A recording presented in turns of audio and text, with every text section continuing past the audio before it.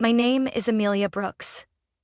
I'm 36 years old and spent 7 years of my life working at Ashford Freight Solutions, a mid-sized logistics company based in Denver, Colorado.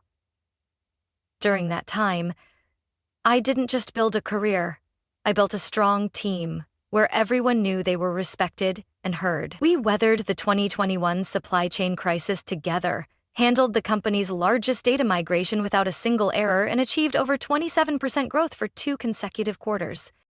I used to believe that if I kept giving my best, my efforts would eventually be recognized. I was wrong. My father passed away suddenly on a March morning. He slipped while clearing snow from his driveway and hit his head on the frozen ground. I got the call from the hospital while I was in a meeting with the finance department about resource allocation for the Southwest region. I immediately asked to leave, informed my boss, Derek Hansen, the branch CEO, and sent in a request for 3 days of bereavement leave, attaching a note from the hospital. Derek's reply was short. Understood. Take care of your family first. I never expected that 3 days later, when I returned to the office, the first thing I'd see on my computer screen was an email with a cold subject line.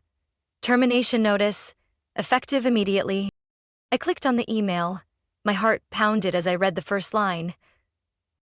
Amelia, please clear your desk and complete your exit paperwork with HR by 5 p.m. today.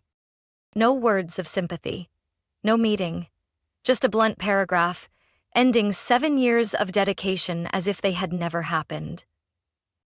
I had to reread it twice to make sure I wasn't imagining things. The reason was clearly stated in the attached file.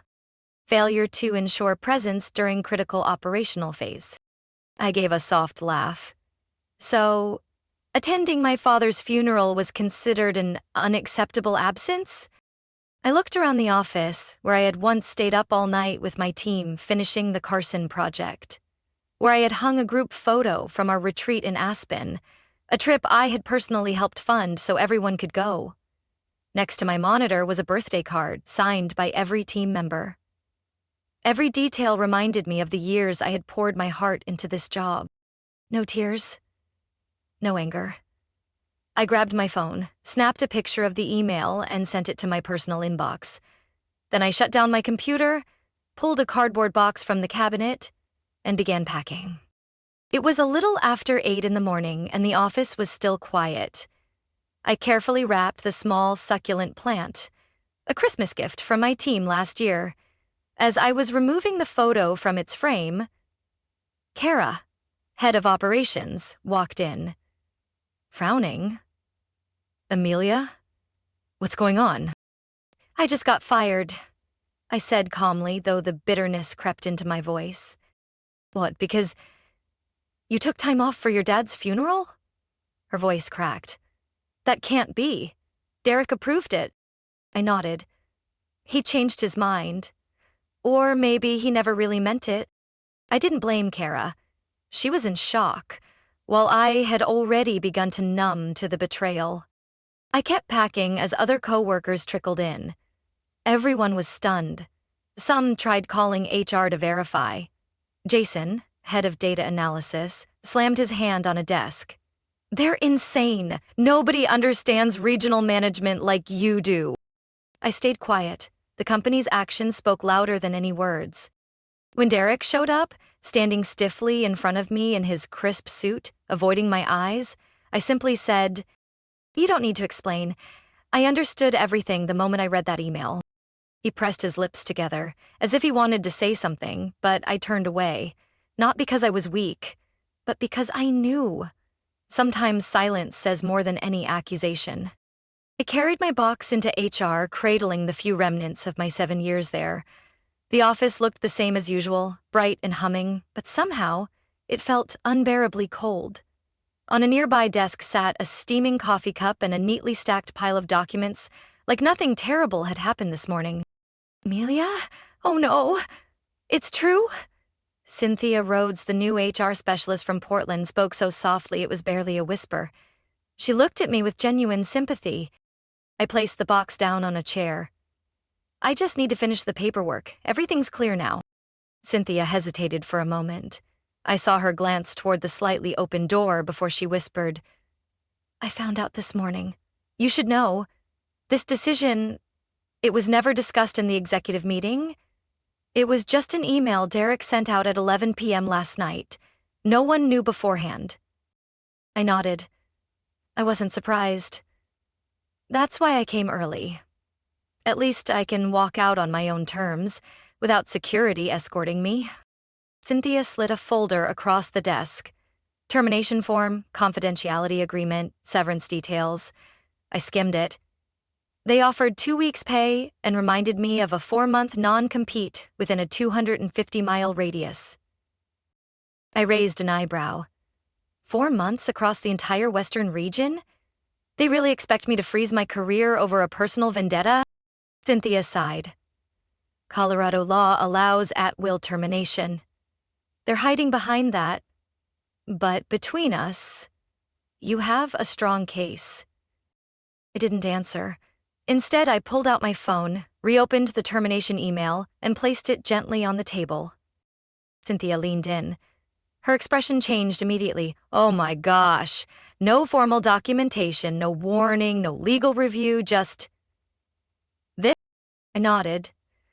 Which is why I'm not making a scene. Everything's already in my hands. Cynthia bit her lip. She scribbled something quickly on a small piece of paper and slid it to me.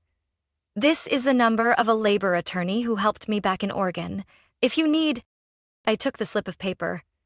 I didn't say anything, but my look was enough to thank her. As I walked out of HR, a few employees were waiting quietly in the hallway.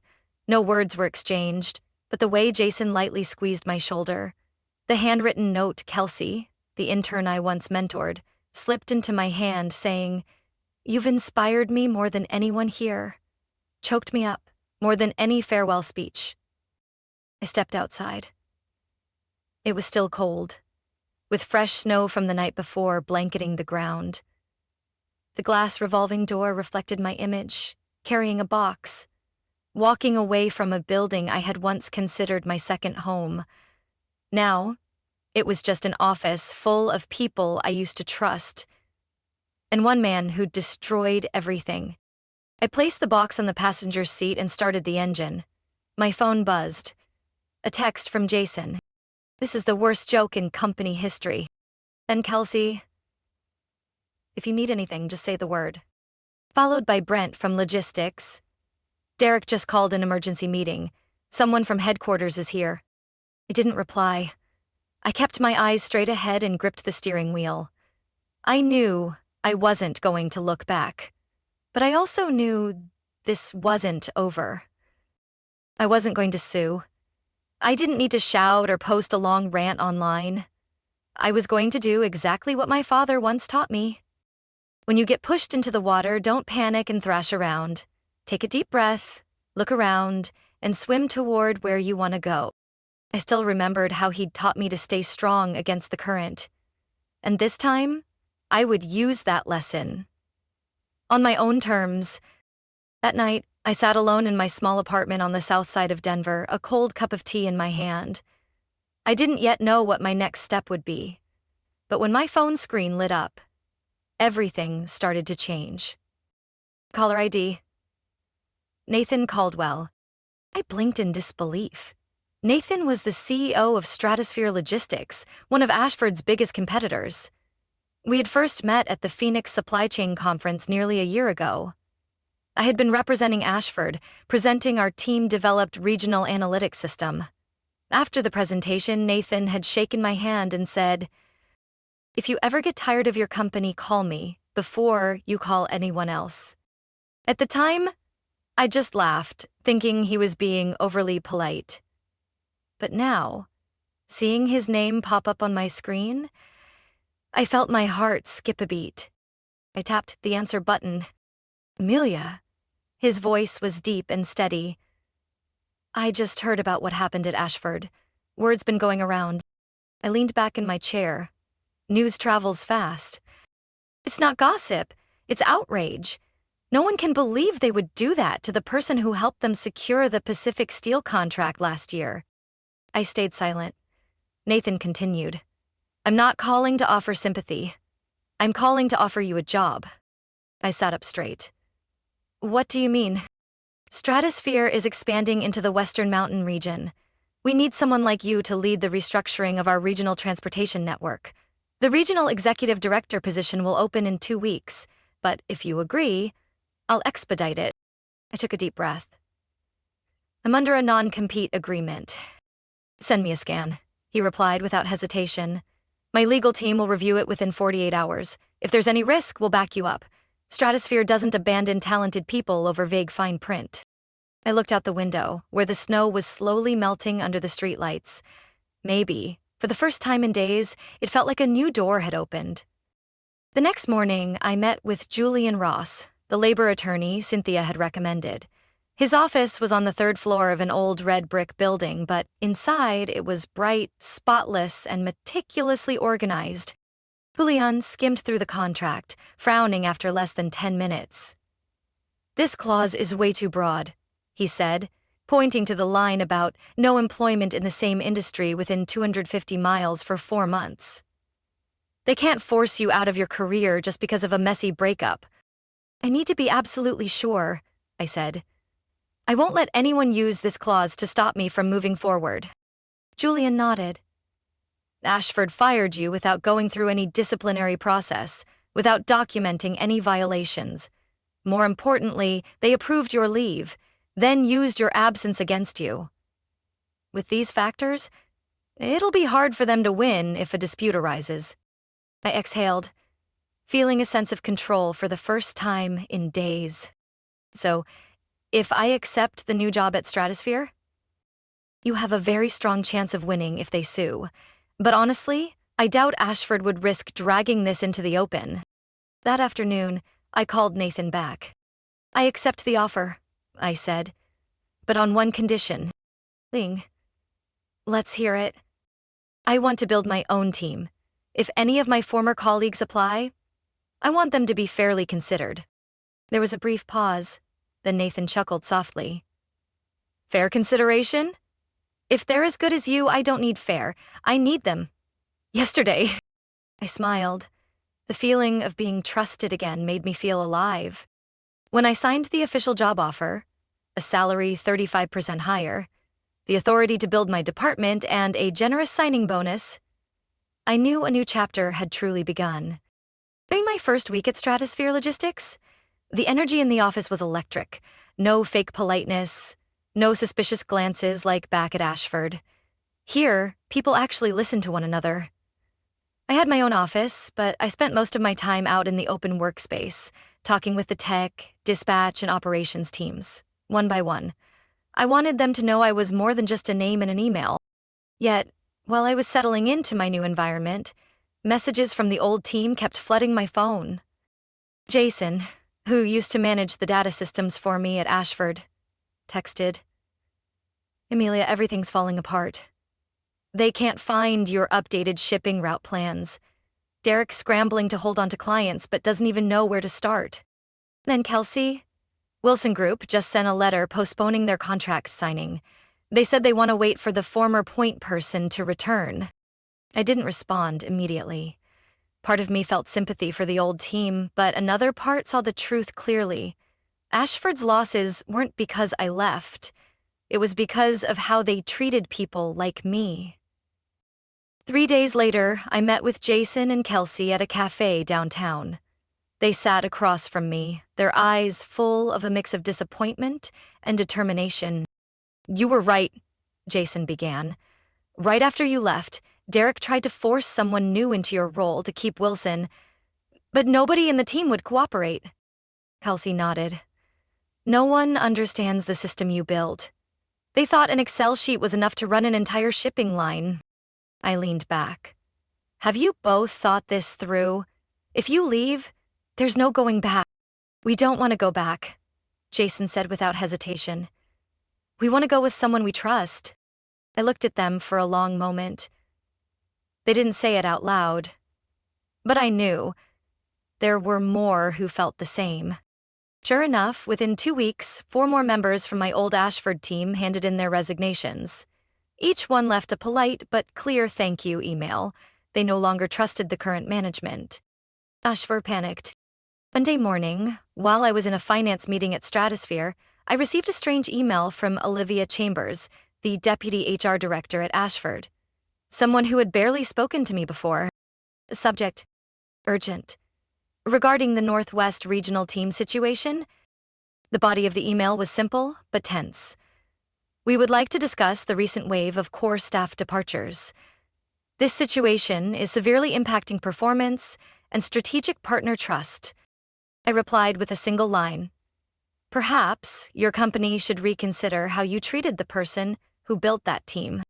Later that afternoon, Jason sent me a screenshot of Ashford's internal system. The automated dispatch system had crashed, and they were forced to delay shipments to 3 major clients. The next day, I heard that Henderson Manufacturing, one of the clients I had cultivated, had officially terminated their contract. They didn't specify the reason, just noted instability in management. Day by day, Ashford seemed to spiral into an uncontrollable crisis. I didn't feel happy, not even a little. Instead, I felt justice was quietly being restored. That weekend, after my old team officially became Stratosphere employees, I hosted a small dinner at my home. No wine, no speeches, just laughter, relief, and a sense of freedom after years of being under pressure. Jason raised his soda glass and smiled. We lost an old house, but we found ourselves again. I looked around the table. They weren't just followers. They were people brave enough to leave a place that no longer valued them. I knew this time, I wasn't just leading a team. I was leading a transformation. That Monday morning, while reviewing a new route optimization plan for the Idaho region with the tech team, my phone rang. A strange number with a Denver area code. I answered. A calm, clear voice on the other end. Amelia, this is Marcia Givens, the new regional director at Ashford Freight Solution. I sat up straight. The name Marcia wasn't familiar. The person who previously held that role was Richard Flynn, someone notorious for dodging internal issues. Clearly, Ashford had gone through bigger changes than I thought.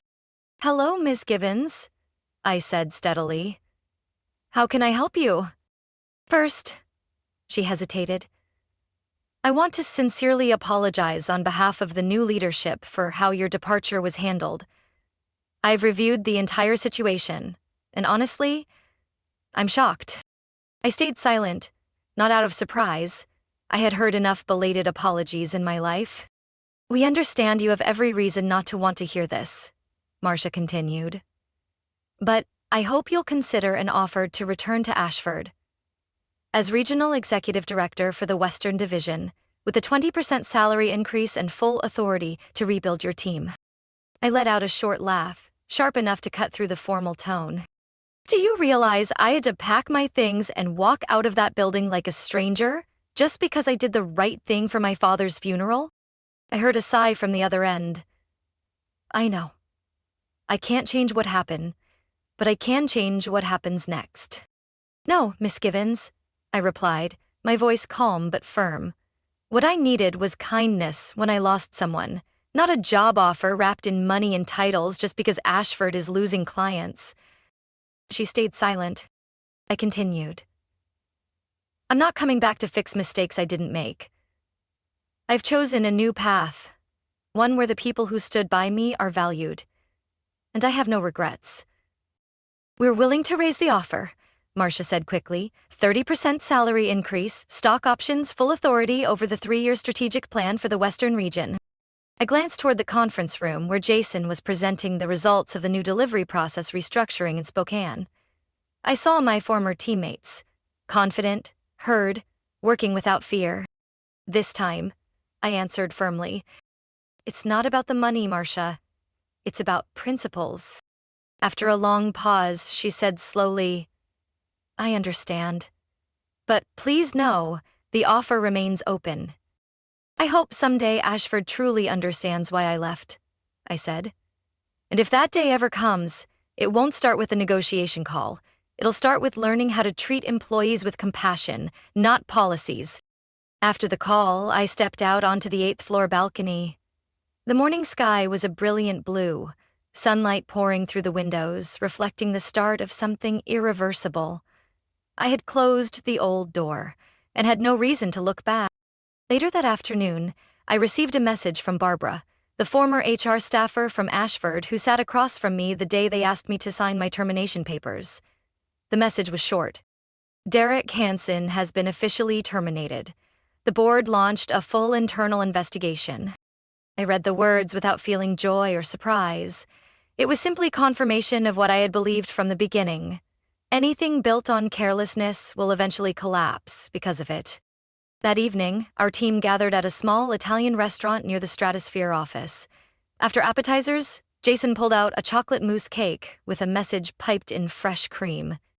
To the leader, who chose integrity over ego. I didn't need to give a speech. I just smiled, looked at each person around the table, and said, "We didn't leave Ashford for revenge. We left to live according to the values we deserve." 3 months after I declined Ashford's offer, I was officially promoted to Executive Vice President for the Northwest region of Stratosphere Logistics.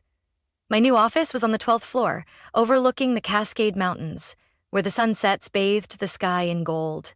But what made me proud wasn't the view. It was the people building a stronger, more transparent, more human foundation with me. Jason became head of operations. Kelsey took over as regional supply chain supervisor. Brent, once quietly working behind the scenes, now led strategic analysis. None of them had flashy titles before, but when given the chance, they proved themselves more than any resume ever could.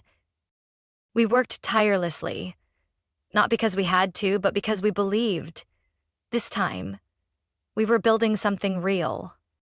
Under the leadership of our new team, Stratosphere not only retained major partners, but reclaimed 3 out of 4 core clients once loyal to Ashford, including Wilson Group, Henderson Manufacturing, and, most recently, Tidewell Equipment, a major player in the construction industry. At a quarterly meeting at Stratosphere's Seattle headquarters, CEO Nathan Caldwell announced a number that left the entire room silent. Northwest regional revenue is up 34% year-over-year, profit margins improved by 18%, and employee satisfaction is at its highest since Stratosphere was founded. He turned to me, smiling. "Amelia, your region isn't just leading, it's becoming the model for others to follow. Thank you for turning adversity into opportunity, not just for yourself, but for the entire system." I didn't say much, just gave a small nod, because I knew this wasn't just my victory. It was the voice of trust being rebuilt, day by day.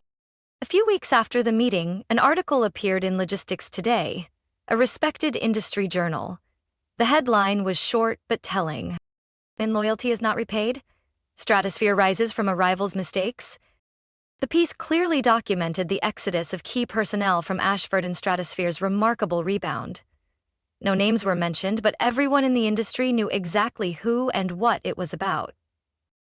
That same day, Barbara, the former HR staffer, sent me a message. "I've never been prouder of you," I simply replied. "Thank you for that little slip of paper that day. It opened the path for me."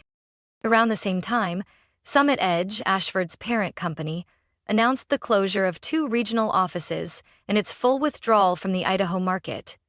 A wave of clients had shifted to competitors, citing management instability and poor staffing decisions. I didn't feel triumphant, but I did feel at peace. That night, our team celebrated in the office after landing a new contract with Cascade Materials, a client we had once lost back at Ashford. They came to us this time, not just for better prices or faster service, but because of something their CEO said at the signing. "We want to work with people who don't abandon each other when things get tough."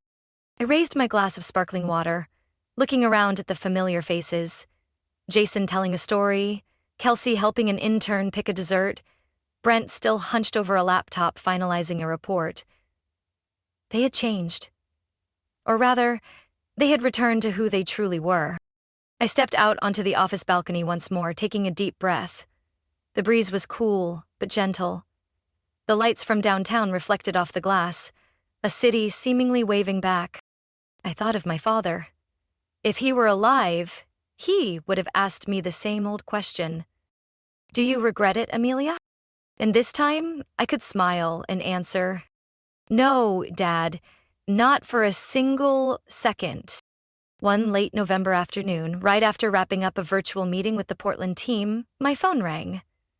The caller ID was so familiar, I almost laughed. Barbara Kent, the former HR employee from Ashford, the one who quietly slipped me the labor attorney's number the morning I was forced out. He answered. Barbara, I was just about to call you after seeing the news this morning. Amelia. Her voice was slightly choked, but composed. I just wanted to tell you something. And to say thank you. About Summit Edge's acquisition? I asked directly. That news spread faster than flu season. Barbara chuckled softly. Yes, but that's not the only reason I'm calling. Then she hesitated. I left Ashford 2 weeks ago. Voluntarily. Not pushed out. And before I left, I retrieved something. It's small, but I think it belongs to you. The next day, when I arrived at my office, a small package was waiting on my desk, carefully wrapped in craft paper, with neat handwriting on the outside. A gift from an old place for a new one that's blooming. I opened it and froze. It was the little cactus. The one I had kept on my desk for 7 years at Ashford. The one I had wrapped in newspaper the morning I was fired. And then forgotten, too stunned to think of anything but my wounded pride. Now it had grown. New shoots stretched out, vibrant and green, a living sign of survival after months of abandonment.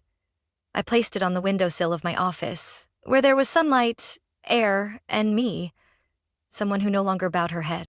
That afternoon, an article from Business Northwest confirmed the inevitable. Summit Edge Freight Solutions had been acquired by Meridian Logistics for less than a third of its original valuation. The reason? Severe personnel crisis, loss of client trust, and violations in leave and internal management policies. I sat still for a few seconds, not from happiness, but from the feeling that the final door had truly closed. Dan Weaver's name also appeared in the investigation report. Suspended for abuse of authority, violation of termination procedures, and failing to notify senior leadership of major staffing decisions. Barbara later texted me. I heard Dan's applying for unemployment. He claims he followed internal procedures, but can't explain what those procedures were. I didn't feel satisfaction, no bitterness, just a sense that a missing piece had finally clicked into place. That night, our team gathered at my house. Jason brought homemade lasagna he'd learned from an online cooking class. Kelsey brought hand-pressed fruit juice. Brent arrived late, still double-checking the latest data reports. Once everyone was settled, I placed the little cactus on the table. Recovered from an old place, I said. It was left behind the day I walked out of Ashford, but now it survived. The room went silent for a few moments. Then Kelsey whispered, just like all of us. I looked around. These people, who had watched me walk out through a slammed door, were now sitting in my home, part of a journey I hadn't planned, but one that meant everything. I raised my glass. To what we overcame, to what we are building, and most importantly, to choosing kindness, even when the world didn't offer it first. We clinked glasses. In the warm light, laughter filled the room, the perfect prelude to a brand new chapter. One early winter morning, I drove out of downtown Spokane toward a small lake called Clearwater, about an hour away. The sky was gray, the fog heavy, but I knew exactly where I was headed. The place where my father used to take me fishing every summer. Where he taught me the greatest lesson of my life. You don't win by stepping on others. You win by standing strong when others fall. I parked, pulled on a thick coat, and walked to the shore. The lake was clear and still like a mirror. It was the same old spot where I used to set up a tiny folding chair, where my father would tie fishing lines and sit quietly for hours. He never said much, but every action taught me. Move slowly, endure, and never bow to hardship. I sat down. No fishing rod this time, just a small notebook in hand. I opened the first page and reread the words I had written during my first meeting at Stratosphere. I didn't come here to replace anyone. I came to prove that a better workplace is possible, and it has to start with us. I smiled. At 36, I had been shoved out of my old company with a cold email, but from that moment, I had found the right path. I didn't destroy Ashford. They destroyed themselves by treating people carelessly. As for me, I simply walked forward, carrying determination and those who believed in me. At Stratosphere, we didn't measure loyalty by overtime hours. We measured it by how we supported each other in hard times. No one feared losing their job just for taking leave to care for family. When one of my employees, Hannah, lost her mother, the entire office wrote sympathy cards and chipped in to help with funeral costs. No policy mandated it. We just understood what it felt like to be left alone during the worst time. A few weeks ago, during an internal survey, the results made me tear up. 95% of employees believe management truly cares about them as people, not just as numbers. That wasn't just a statistic. It was the answer to everything. The breeze from the lake stirred the notebook pages. I caught them gently and laughed when I spotted a blank page near the end with a small note I had once written. Rebuild, not revenge. Yes. I didn't need to tear down Ashford to prove anything. Building something better, kinder, stronger was the loudest answer of all. No challenges, no attacks. Just results, undeniable and clear. I stood up and looked out over the lake again. There was no anger left. Only gratitude. Gratitude for not crumbling when hurt. Gratitude for my father, teaching me to stand like stone in the current. And gratitude that in a fast, harsh world I had kept my heart whole. I pulled out my phone and texted Jason. Schedule the next quarterly strategy meeting. And don't forget to include the new hires feedback session. I want to hear from them. He replied right away. Got it, boss. Oh, by the way, the Portland team just sent a photo. They hung up your picture in the common area. They're calling it The Builder. I laughed. That title didn't need a medal or a golden frame. It just needed a place. A place where people knew that when they walked in, they weren't seen as tools, but as part of something bigger. I glanced down at the watch my father left me, then turned back toward my car. On the drive back to the city, I didn't feel like a winner. I felt like someone who had stayed true. And that was enough. My story isn't about revenge. It's about standing up after being knocked down and choosing to rebuild with determination and kindness. I once walked away from a place that forgot the value of people. But from that wound, I created an environment where everyone is heard, valued, and never left alone in their most vulnerable moments. My greatest success isn't the title I earned. It's making others believe that kindness still has a place in this world. What do you think about Amelia's choice? Was she right to refuse to return? Or should she have given Ashford a chance to make things right? Share your thoughts below, and don't forget to follow the channel for more heartfelt stories about family and life.